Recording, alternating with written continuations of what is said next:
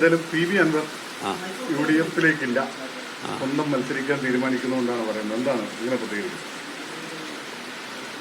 ഏതാണ്ട് അദ്ദേഹത്തിന്റെ പോക്ക് അങ്ങനെയാണെന്ന് ഞങ്ങൾക്ക് മനസ്സിലാക്കാൻ വലിയ പ്രയാസമില്ല. ഇന്നലെ അദ്ദേഹം മത്സരിക്കുന്നില്ല എന്ന് പറഞ്ഞു, ഇന്ന് മത്സരിക്കുന്നു എന്ന് പറഞ്ഞു. അപ്പം അദ്ദേഹത്തിന്റെ നിലപാടുകളിലെ ഈ ഒരു ചാഞ്ചാട്ടം നമുക്ക് വളരെ വ്യക്തമാണ്. അൻവർ ഒറ്റയ്ക്ക് മത്സരിച്ചാൽ ഏതെങ്കിലും തരത്തിൽ യു ഡി എഫിന് അത് ദോഷമാവുമോ? U D F L D എഫിന്റെ ദുർഭരണത്തിനെതിരെയുള്ള ജനവികാരത്തെ പൂർണ്ണമായും ഏകോപിപ്പിക്കാനാണ് യു ഡി എഫ് ശ്രമിക്കുന്നത്. യു ഡി എഫിന്റെ ആ ശ്രമത്തിൽ ജനങ്ങൾ യു ഡി എഫിനൊപ്പം നിൽക്കും. നമുക്കെല്ലാം അറിയാം, വൻ ഭൂരിപക്ഷത്തിൽ യു ഡി എഫ് സ്ഥാനാർത്ഥി ആര്യാടൻ ഷൗക്കത്ത് ജയിക്കുക തന്നെ ചെയ്യും. പിന്നെ ഓരോട്ടെങ്കിലും കിട്ടേണ്ടത് കിട്ടുന്നില്ലെങ്കിൽ അതിൻ്റെ ഒരു ചെറിയ കുറവുണ്ടാകും, മാത്രമാണ്. അതായത് അൻവർ മത്സരിച്ചാലും യു ഡി എഫിന് പ്രശ്നമില്ല. അല്ല, ഉറപ്പല്ലേ, വിജയവും വൻ ഭൂരിപക്ഷത്തിലുള്ള വിജയം ഉറപ്പാണ്. മത്സരം നമുക്കറിയാം രാഷ്ട്രീയമാണ്, വ്യക്തിഗതമല്ല. നിലവിലുള്ള സർക്കാരിൻ്റെ ദുഷ്ചെയ്തികളാണ് തുറന്നു കാട്ടുന്നത്. അത് യു ഡി എഫ് നിയമസഭയ്ക്കകത്തും പുറത്തും അതിശക്തമായിട്ട് ജനപക്ഷത്ത് നിന്നുകൊണ്ട് തുറന്നു കാട്ടുന്നുണ്ട്. സർക്കാരിനെ പ്രതിക്കൂട്ടിൽ നിർത്തി വിചാരണ ചെയ്യുന്നുണ്ട്. അത് നമ്മൾ കണ്ടു. പാലക്കാട് ഏറ്റവും അവസാനം കണ്ടു, പുതുപ്പള്ളിയിലും തൃക്കാക്കരയും ഈവൻ ചേലക്കര പോലും നമ്മളത് കണ്ടു. ജനവികാരം എവിടെ നിൽക്കുന്നു. തദ്ദേശ തെരഞ്ഞെടുപ്പുകൾ, ഉപതെരഞ്ഞെടുപ്പുകൾ വരുന്നിടത്തൊക്കെ യു ഡി എഫിനാണ് മേൽക്കൈ നേടാൻ സാധിച്ചത്. അത് നിലമ്പൂരും ആവർത്തിക്കുമെന്ന കാര്യത്തിൽ സംശയമില്ല. അതിലെ ഒരോട്ട് പോലും നഷ്ടപ്പെടാതിരിക്കാൻ ഞങ്ങൾ ആഗ്രഹിക്കുന്നു. പക്ഷേ രാഷ്ട്രീയമാണ്, എല്ലാം ഞങ്ങൾ ആഗ്രഹിക്കുന്ന പോലെ മാത്രം വരണമെന്നില്ല. എങ്കിലും യു ഡി എഫിൻ്റെ ആത്മവിശ്വാസം ഒരു നിലയിലും കുറയുന്നില്ല, 10 മടങ്ങ് വർദ്ധിച്ചു തന്നെയാണുള്ളത്. ഞങ്ങളാണ് ആദ്യം തുടങ്ങിയത്, സ്ഥാനാർത്ഥിയെ പ്രഖ്യാപിച്ചത്. അടുക്കും ചിട്ടയിലുമുള്ള പ്രവർത്തനം ആരംഭിച്ചിരിക്കുന്നു. നാളെ നിയോജകമണ്ഡലം തെരഞ്ഞെടുപ്പ് കൺവെൻഷനാണ്. ദേശീയ നേതാക്കന്മാരും സംസ്ഥാന നേതാക്കന്മാരും എല്ലാവരും വരുന്നു. യു ഡി എഫ് ഒറ്റക്കെട്ടാണ്. തികഞ്ഞ ആത്മവിശ്വാസത്തിൽ ഞങ്ങൾ മുന്നേറുക തന്നെ ചെയ്യും.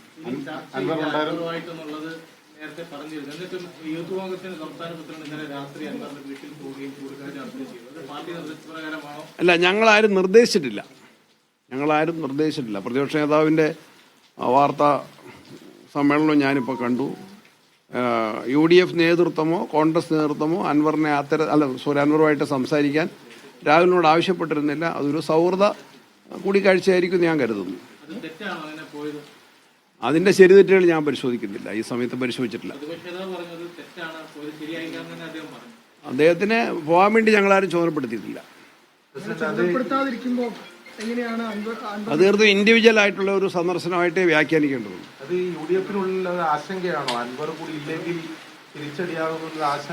ഞാൻ നേരത്തെ പറഞ്ഞതുപോലെ പിണറായിക്കെതിരെയുള്ള പോരാട്ടത്തിൽ ഏറ്റവും ശക്തമായിട്ടുള്ള ജനകീയ ഐക്യം വേണമെന്ന് ആഗ്രഹിക്കുന്നവർ നിരവധിയാണ്. അവരുടെ ഒരു ആഗ്രഹത്തിൻ്റെ ഒരു തലത്തിലുള്ള ഒരു പ്രതിഫലനമായിരിക്കാം, അല്ലെങ്കിൽ സൗഹൃദ സംഭാഷണമായിരിക്കാം. ഞാൻ രാഹുൽ മാക്കൂട്ടായിട്ട് ഞാൻ ബന്ധപ്പെട്ടിട്ടില്ല. ഞങ്ങൾ ആലോചിക്കേണ്ട കാര്യം. പ്രധാനപ്പെട്ട നേതാവാണ്. അപ്പം ഏതെങ്കിലും തരത്തിൽ ആശങ്കയുണ്ടോ അൻവർ ഇല്ലെങ്കിൽ? ഒരു തരത്തിലും ആശങ്കയില്ല. പിന്നെ പായസത്തിന് മധുരത്ര കൂടിയാലും അധികമാവില്ലല്ലോ. That's all. അത് ആലോചിച്ച് ചെയ്യേണ്ട കാര്യമാണ്, ഇപ്പൊ പ്രവചിക്കാൻ പറ്റില്ല.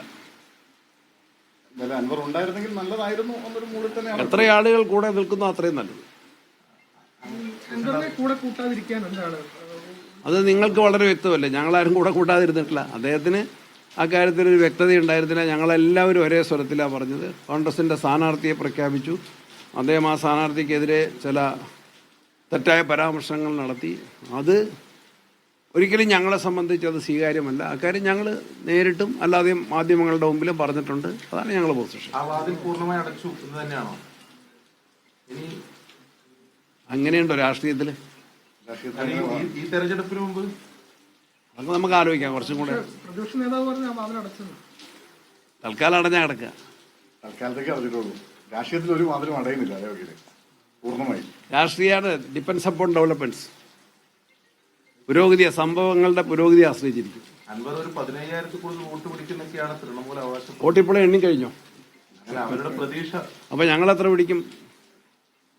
ഒരു 50% പിടിച്ചാൽ പോരെ? ഇവിടെ പിടിക്കും ഉണ്ടെങ്കിലും ബാക്കി ഒരു പാർട്ടിക്ക് അതിൻ്റെ അടുത്ത് വരാൻ പറ്റില്ല. അൻവർ മാറി നിൽക്കുന്ന അൻവറിന്റെ ഈ ചർച്ചകൾ പരാജയപ്പെടുന്ന ഇതല്ല രാഷ്ട്രീയമാണ്. This is policy, not individual at all. ഞാൻ കൃത്യമായിട്ട് ഞങ്ങൾ ആവർത്തിച്ച് പറയുകയാണ്, ഇത് കേരളത്തിലെ LDF സർക്കാരിനെതിരെയുള്ള ഒരു ജനവിധിയാണ്. മുഖ്യമന്ത്രി തന്നെ പറഞ്ഞിട്ടുണ്ട്, അതും കൂടി പരിഗണിക്കുമല്ലോ. അത് എന്താ പറഞ്ഞേ? എന്നാൽ അതാണെന്ന് കൃത്യമായി പറയാൻ മുഖ്യമന്ത്രിക്ക് ധൈര്യം പോരാ. സർക്കാരിൻ്റെ വിലയിരുത്തലായിരിക്കും, 4 വർഷം പിന്നിട്ട സർക്കാരിനെ വിലയിരുത്തലായിരിക്കും എന്ന് പറയാൻ ഇപ്പോഴും പിണറായി വിജയന് ധൈര്യം പോരാ. പക്ഷേ UDF പറയുന്നു ഇത് സർക്കാരിനെതിരെയുള്ള ഒരു ജനവിധിയായിരിക്കും. അതാണ് ഞങ്ങൾ പറഞ്ഞത്. പുതുപ്പള്ളിയിലും പാലക്കാട്ടും തൃക്കാക്കരയും ആവർത്തിച്ച ജനവിധി നിലമ്പൂരിൽ ആവർത്തിക്കും. അതിന് ഞങ്ങൾ എല്ലാ തരത്തിലും ഞങ്ങൾ സജ്ജമാണ്, വളരെ സജീവമാണ്, വലിയ ശുഭപ്രതീക്ഷയിൽ തന്നെയാണ്. ശരി, താങ്ക് യു. അവർ നിർബന്ധിതരായി, പ്രഖ്യാപിക്കാതിരിക്കാൻ പറ്റാത്ത രൂപത്തിൽ വന്നു. സംസ്ഥാന കമ്മിറ്റിക്കും അഖിലേന്ത്യാ നേതൃത്വത്തിനും 2 കാഴ്ചപ്പാടാണെന്ന് മനസ്സിലായല്ലോ. ഈ ക്രിസ്ത്യൻ വോട്ടിലൊരിക്കലും ജാതിയില്ലല്ലോ. വോട്ട് ജനങ്ങളുടെ വോട്ടല്ലേ, പൗരന്മാരുടെ വോട്ടാണ്. രാജീവ് ഗാന്ധിയാണ് 18 വയസ്സിൽ വോട്ട്. അതിൽ ക്രിസ്ത്യനെന്നോ ഹിന്ദുവെന്നോ മുസ്ലിമെന്നോ ഇല്ല. As far as Congress is concern, as far as I am concern, വോട്ടെല്ലാം പൗരന്മാരുടെ വോട്ടാണ്. ജനാധിപത്യത്തിൻ്റെ അവകാശമാണ്. റൈറ്റ് ടു എക്സസൈസ് ഫ്രാഞ്ചൈസ്, ജനാധിപത്യം ഭരണഘടന നൽകുന്ന അവകാശമാണ്. അതിനെ ജാതീയമായിട്ട് വേർതിരിക്കാൻ ഞാനില്ല. എംസ്വരാജിന്റെ സ്ഥാനാർത്ഥിത്വത്തോടെ പുതിയൊരു ഉണർവ് വന്നു എന്നാണ് അവിടുത്തെ പാർട്ടിയുടെ വിലയിരുത്തൽ. തൃപ്പൂണിത്തറക്കാർ തെളിയിച്ചതല്ലേ. LDFന്റെ 2ാം ഭരണത്തിലും സ്വരാജിനെ അവർ തള്ളിയതല്ലേ. പിന്നെ ഞാനെന്തിനു കമന്റ് ചെയ്യണം? Thank you. KPCC അധ്യക്ഷൻ സണ്ണി ജോസഫിന്റെ പ്രതികരണം രാഹുൽ മാങ്കൂട്ടത്തിൽ നടത്തിയത് സൗഹൃദ സന്ദർശനം മാത്രമാണ്. അതിൽ സംഘടനാ തലത്തിൽ എന്തെങ്കിലും നടപടിയെടുക്കണമോ എന്ന് കൂടിയാലോചിച്ച് ചെയ്യേണ്ട കാര്യമാണ്. ഇപ്പോൾ അതിൽ പ്രതികരിക്കാനില്ല എന്ന് പറഞ്ഞ വിഷയത്തെ ലഘൂകരിക്കുകയാണ് സണ്ണി ജോസഫും ചെയ്യുന്നത്. പക്ഷേ PV അൻവറിന് മുന്നിൽ വാതിൽ പൂർണ്ണമായും കൊട്ടിയടച്ചിട്ടില്ല എന്ന ഒരു സൂചന ഇപ്പോഴും അദ്ദേഹം നൽകുന്നു. ഡിപ്പെൻഡ്സ് അപ്പോൺ ഡെവലപ്മെന്റ്സ് എന്നാണ് അദ്ദേഹം പറയുന്നത്.